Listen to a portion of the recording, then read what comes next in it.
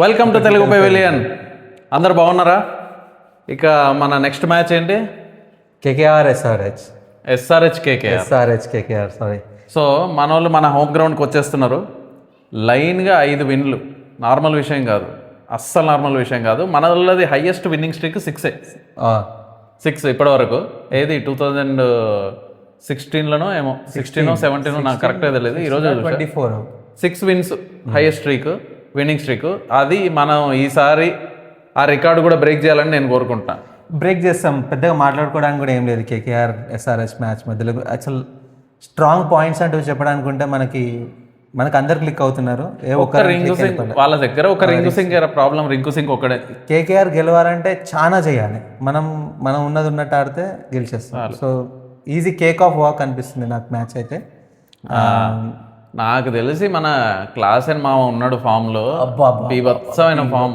ఆయన మొత్తం తన కెరీర్ లోనే ద బిగ్గెస్ట్ ఫామ్ అనుకుంటా. డివిలియర్స్ కూడా కమెంట్ పెట్టిండు, చూసిన. డివిలియర్స్ కూడా అసలు డివిలియర్స్ అన్నది ఏంటంటే ఓపెనర్స్ కొట్టడం ఒకటైతే, నువ్వు డౌన్ ద ఆర్డర్ వచ్చి ఓపెనర్స్ స్ప్రెడ్ అయినాక అంత ఎక్స్పాండ్ చేసి కొట్టడం, దట్స్ డివిలియర్స్ అనే కాదు, మనం కూడా అదే అనుకున్నాం.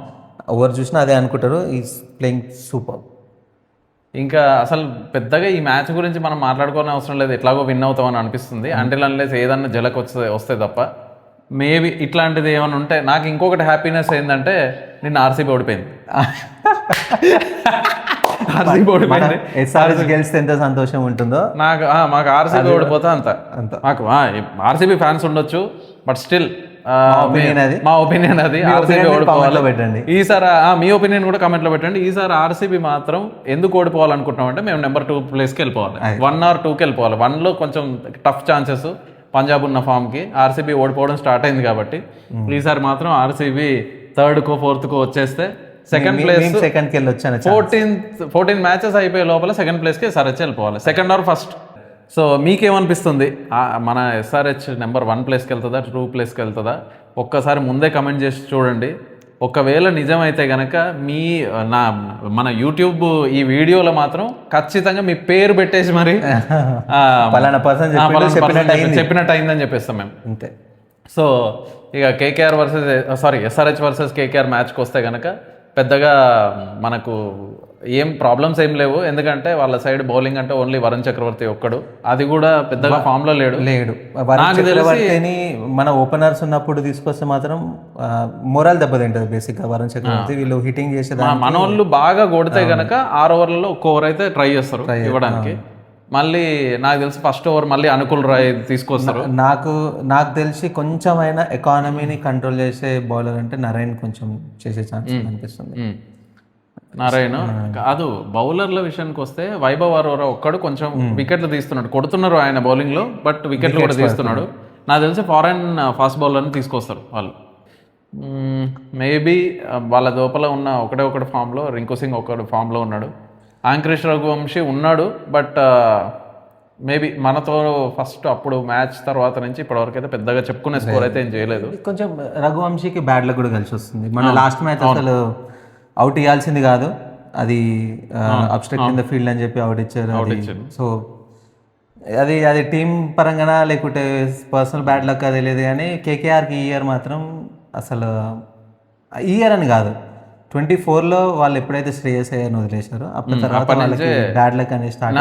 నా సొంత ఒపీనియన్ ఎప్పటికీ చెప్తూనే ఉంటాను, నీతో 10 సార్లు చెప్పుంటా. కేకేఆర్ వాళ్ళ టీంని వాళ్ళు చేతిలో నాశనం చేసుకున్నారు. ఎవడన్నా కప్పుకొట్టిన టీంని, కప్పుకొట్టిన కెప్టెన్ని వదులుకుంటారు. అంతకన్నా వరస్ట్ మేనేజ్మెంట్ ఎక్కడ చూడలేదు నేను. మనోళ్ళే కొంచెం ఇదేంది ఏం డెసిషన్స్ అది ఇది అని అనుకున్నాం, కానీ లేదు, మనోళ్ళు తీసుకునే ప్రతి డెసిషన్కి ఒక మీనింగ్ ఉంది, ప్రాబ్లం ఏం లేదు. మనం కంప్లీట్ డిఫరెంట్ టీం అయిపోయింది కదా లాస్ట్ టైం. ఇప్పుడు మనం ఎస్ఆర్హెచ్ కేకేఆర్ ఆడిన లాస్ట్ మ్యాచ్ చూసుకుంటే మనకి టాప్ పర్ఫార్మర్ బౌలింగ్లో ఉన్నారు. అవును. ఇప్పుడు 4 వికెట్స్ తీసాడు కదా, 3 వికెట్స్ విన్ అయిన ఫస్ట్ మ్యాచ్. పతిరానా వీళ్ళకి ఉన్నది, పతిరానాకి already Sri Lankan cricket board green signal ఇచ్చిందన్నారు. మరి ఇప్పుడు దీంట్లో వస్తాడో రాడో తెలియదు. ఒకవేళ వచ్చినా మేబీ ఫస్ట్ మ్యాచ్ క్లిక్ అవ్వచ్చు, కాకపోవచ్చు. స్టిల్ మన బ్యాటింగ్ మీద అయితే నాకు చాలా నమ్మకం ఉంది. అది మీకెంత నమ్మకం ఉందో మీరు కూడా కామెంట్లో మెన్షన్ చేయండి. నాకైతే చాలా నమ్మకం ఉంది మన బ్యాటింగ్ మీద. ఫస్ట్ ఇద్దరు ఫెయిల్ అయినా మనకు నెక్స్ట్ ఇంకా 4 ఉన్నారు ఆడటానికి. సో ఎక్కడ కంగారు పడాల్సిన పని లేదు. మన వాళ్ళు టీం అయితే చేంజ్ చేసే ప్రసక్తే లేదు నాకు తెలిసి. ఏమన్నా చేంజ్ ఏమన్నా ఉంటే హర్ష్ దూబే ప్లేస్లో శివాంగ్ ప్లేస్లో హర్ష్ దూబే అంతే. ఏదన్నా మ్యాచ్ ఏమన్నా ఛాన్స్ ఇస్తే ఓంకార్ తర్మలకి ఒక ఛాన్స్ అయితే ఇవ్వాలి. ఎందుకంటే ప్రఫుల్ హింగేకి బాగా సపోర్ట్ ఇస్తున్నాడు. బ్యాట్ కమిన్స్ మాత్రం అది ఎక్స్పెక్టెడ్, అది ఉండాలి కూడా. ఎందుకంటే నువ్వు ఒకటి అబ్జర్వ్ చేయి, సలీల్ అరోరాకి అట్లనే ఛాన్సులు ఇచ్చి 4th 5th మ్యాచ్కి చూడు ఎంత కాన్ఫిడెంట్గా వెళ్ళిపోయాడు. అది ప్యాట్ కమిన్స్ కాన్ఫిడెన్స్ ఇస్తుండ అన్న దానికంటే తను పర్ఫామ్ చేసి కూడా అట్లానే ఉంది. First over is going so much, అంటే చాలా రన్స్ కొడుతున్నారు. నెక్స్ట్ 3 overs మాత్రం గట్టిగా డౌన్ ద లైన్ డెత్ ఓవర్కి వచ్చారు. మనం ఇప్పుడు ఏ మ్యాచ్ అయినా చూసుకోండి, ఇప్పుడు మనం రీసెంట్గా పంజాబ్తో ముంబైతో కానీ లేకుంటే రాజస్థాన్తో కానీ మనం ఫస్ట్ 15 overs లీక్ చేసినాం రన్స్, కానీ లాస్ట్ 4-5 overs ఏవైతే ఘోరం తీసుకొచ్చినాం. ఇంతవరకు నేనైతే ఇప్పుడు మనం 2026 IPL టీమ్స్లో ఇప్పటి వరకు ఫైనల్ ఓవర్స్లో కంట్రోల్ చేసిన టీం అంటే SRH.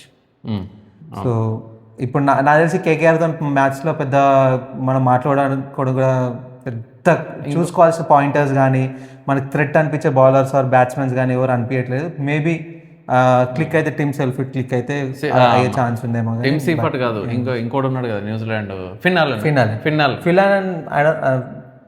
ప్లేయింగ్ 11 ప్రతి మ్యాచ్ ఫెయిల్ అయ్యాడు. 5 ఛాన్సులు ఏమో ఇచ్చారు, 5 ఫెయిల్ అయ్యాడు. సో అప్పటి నుంచి టీమ్ సీఫర్ట్ని పట్టుకొస్తున్నారు. నాకు తెలిసి మన వాళ్ళు కూడా ఏం చేంజెస్ ఏం చేయరు. కాకపోతే బ్యాటింగ్ లో మన ట్రావిస్ హెడ్ మాత్రం ఫామ్ లోకి వచ్చాడు, కరెక్ట్ టైంలో వచ్చాడు ఫామ్ లోకి. ట్రావిస్ హెడ్ కి బ్లూ జెర్సీ చూస్తే పూనకాలు, ఈ పర్పుల్ జెర్సీ ఇది కూడా దూరం నుంచి చూపించాలి, అదే కొంచెం బ్లూ కనబడుతుంది చూసుకోరా ఏయిరా అని చెప్పేసి. సో ట్రావిస్ హెడ్ మాత్రం ఫామ్ లోకి వచ్చాడు. నాకైతే చాలా చాలా లైఫ్స్ వచ్చాయి, 3-4 లైఫ్స్, 2 క్యాచ్ మిస్సులు, ఒకటి క్యాచ్ వల్ల అప్పీల్ చేయలేదు. ఇప్పుడు ఇది అంటారు కదా ఫార్చ్యూన్ ఫేవర్స్ బ్రేవ్ అని చెప్పి. సో అది తన ప్లే అలానే ఉంది, ఆ క్యాచ్లు వదిలిపెట్టే విధానం అలానే ఉంది. సో కానీ దట్స్ కామన్. మొన్న డిఫరెంట్ ఉన్నాడు. ఎందుకు తెలుసా? నాకు తెలిసి ఎవడో కామెంట్ పెట్టాడు ట్విట్టర్లో. ఏం తెలుసా, ఒకటి చెప్తా. ట్రావిస్ హెడ్ ఫ్యామిలీ ఆస్ట్రేలియా నుంచి వస్తుంది, వాళ్ళ భార్య పిల్లలు. ఎవడో కామెంట్ పెట్టాడు, అన్న ఇప్పటికైనా ఆడిగా, నీ టెన్షన్ అదేనేమో, ఇప్పటికైనా ఆడంటే. కరెక్ట్ వాళ్ళ ఫ్యామిలీ దిగిన నెక్స్ట్ మ్యాచ్ చూడు ఎంత జోవియల్గా ఉన్నాడు. ఊరికనే అట్లా బాల్ వేసి సగంలో ఆగిపోయాడు కదా గజన్ఫర్ ఆగిపోయినప్పుడు వీడు కూడా వచ్చేసి. ఇంకో ఇది నెక్స్ట్ ఓవర్ నాకు బౌలర్ అశ్విని కుమార్ దాంట్లో అనుకుంటా, అశ్విని కుమార్ ఆర్ బుమ్రా దాంట్లో బౌండరీ కొట్టి సేమ్ అట్లా స్వాట్ పట్టుకుని అట్లా పట్టుకుని అసలు డిఫరెంట్ గా ఉన్నాడు. నాకు తెలుసు ఫ్యామిలీ, ఒక్కసారి ఫ్యామిలీ మన వాళ్ళు మన పక్కన ఉన్నారంటే అసలు ఆయనకు ఆ టెన్షనే ఉందేమో. ఆ టెన్షన్తోని ఆడలేదు మేబీ మనం అనుకోవడం, బట్ వాళ్ళు కూడా దగ్గర ఉన్నారు. ఇప్పుడు ఆయన ఫ్యామిలీ ఆయన దగ్గర ఉంది, వేరే ఏ టెన్షన్స్ లేవనుకుంటా. ఇక మంచిగా ఫ్రీగా ఆడుతున్నాడు. SRH వాళ్ళకి కూడా మా రిక్వెస్ట్ ఏంటంటే ఇట్లా మిగతా వాళ్ళ ఫ్యామిలీలు కూడా తీసుకొచ్చి పెట్టేయండి. వీళ్ళు పర్ఫార్మెన్స్ మాత్రం అదరగొట్టేస్తారు. నాకు మాత్రం నమ్మకం ఉంది, ఫ్యామిలీ వాళ్ళు ఉండాలి. క్లాస్ అండ్ లీస్ట్ స్కోర్ ఎంత తెలుసా? 29 runs. అది కూడా నాట్అవుట్ కదా, నాట్అవుట్ ఈ సీజన్ లో లీస్ట్ 29 అంటేనే ఆయన యావరేజ్ చూడండి ఎక్కడ. ఆల్మోస్ట్ ప్రతి మ్యాచ్ 30+ స్కోర్, 40+ స్కోర్, 4 హాఫ్ సెంచరీలు ఆడిన 9 మ్యాచ్ల్లో 4 హాఫ్ సెంచరీలు. టాప్ 2లో ఉన్నాడంటే దాని అర్థం ప్రతి మ్యాచ్. మొన్నటి మ్యాచ్ లో బుమ్రా బౌలింగ్ లో కవర్స్ మీద కొట్టాడు 6. ఒక 10-20 సార్లు చూసిన. అది రెండు అయినాయి అట్లా. ఒకటి బుమ్రా దాంట్లో, ఇంకోటి గజన్ఫర్ దాంట్లో. ఇన్సైడ్ అవుట్ షాట్స్ అయితే అసలు లాస్ట్ ఇయర్ వరకు తన స్ట్రాంగ్ పాయింట్ వచ్చేసి మన straight leg side long off లో లేకపోతే స్ట్రైట్ ఇన్సైడ్ అవుట్ షాట్ ఆడడం ఈ ఇయర్ నేను చూడడం. అంత అది కాదు నాకు అంతకన్నా అది షాట్ సెకండ్ టియర్ లో బాల్ వెళ్ళిపోవడం ఏంది. మీకు ఏ షాట్ నచ్చిందో కామెంట్ చేయండి. రివర్స్ స్వీప్, బుమ్రా మీద కొట్టిన ఇన్సైడ్ అవుట్ ఆర్ గన్జఫర్ మీద కొట్టిన ఇన్సైడ్ అవుట్, మీరు కామెంట్ చేసి మీరు చెప్పండి. నాదైతే అది సూపర్ షాటే, కానీ బుమ్రా మీద కొట్టింది మాత్రం అది ఇట్లా జస్ట్ ఇట్లా పట్టుకొని ఇట్లా అన్నాడు అంతే. నాకు ఓవరాల్ మ్యాచ్ మొత్తంలో నాకు నచ్చిన షాట్స్ అంటే ఒకటి రివర్స్ స్వీప్లో సెకండ్ టైర్ లేయడం, ఇంకోటి ఆ inside out with Bumrah, and Salil Arora no look shot. Salil Arora no look shot అది మాత్రం ఆ కాన్ఫిడెన్స్ చూడు. వెళ్ళిపోయి క్లాస్ నేను ఫినిష్ చేస్తా మ్యాచ్ అన్న క్లాస్ అని అన్నాడంట. ఇంకా 11 runs 12 balls ఉన్నాయి, నిమ్మలంగా అడేసుకోండి, నన్ను కొట్టమంటావా. అందుకే సలీల్ అరోరా అనికేత్ వర్మ కన్నా ముందు వస్తున్నాడు. పిచ్చి కాన్ఫిడెన్స్ లో ఉన్నాడు, మామూలు కాన్ఫిడెన్స్ లేదు సలీల్ అరోరాకి.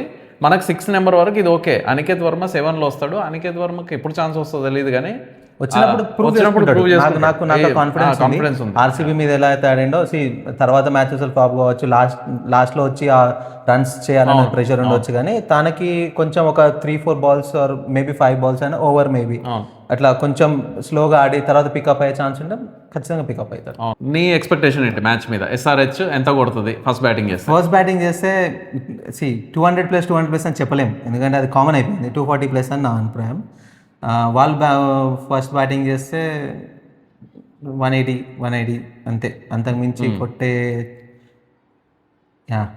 ఆల్మోస్ట్ సేమ్ నాది కూడా. వాళ్ళు బ్యాటింగ్ చేస్తే 180 వరకు కొడతారు, అంటే 200 బిలోనే ఉంటుంది. మన వాళ్ళు బ్యాటింగ్ చేస్తే నో డౌట్గా 220-230 అబోవ్ మళ్ళీ. సో అది సంగతి. So if you like our video please like, subscribe to our channel. ఈ మ్యాచ్ అయిపోగానే మళ్ళీ కలుద్దాం, మ్యాచ్ మీద రివ్యూ చేద్దాము. కాకపోతే ఈ లోపల మాత్రం మీరు చూస్తున్నారు, అందరూ చాలామంది వీడియోస్ చూస్తున్నారు కానీ సబ్స్క్రైబ్ అవ్వట్లేదు. Please subscribe to Telugu pavilion channel.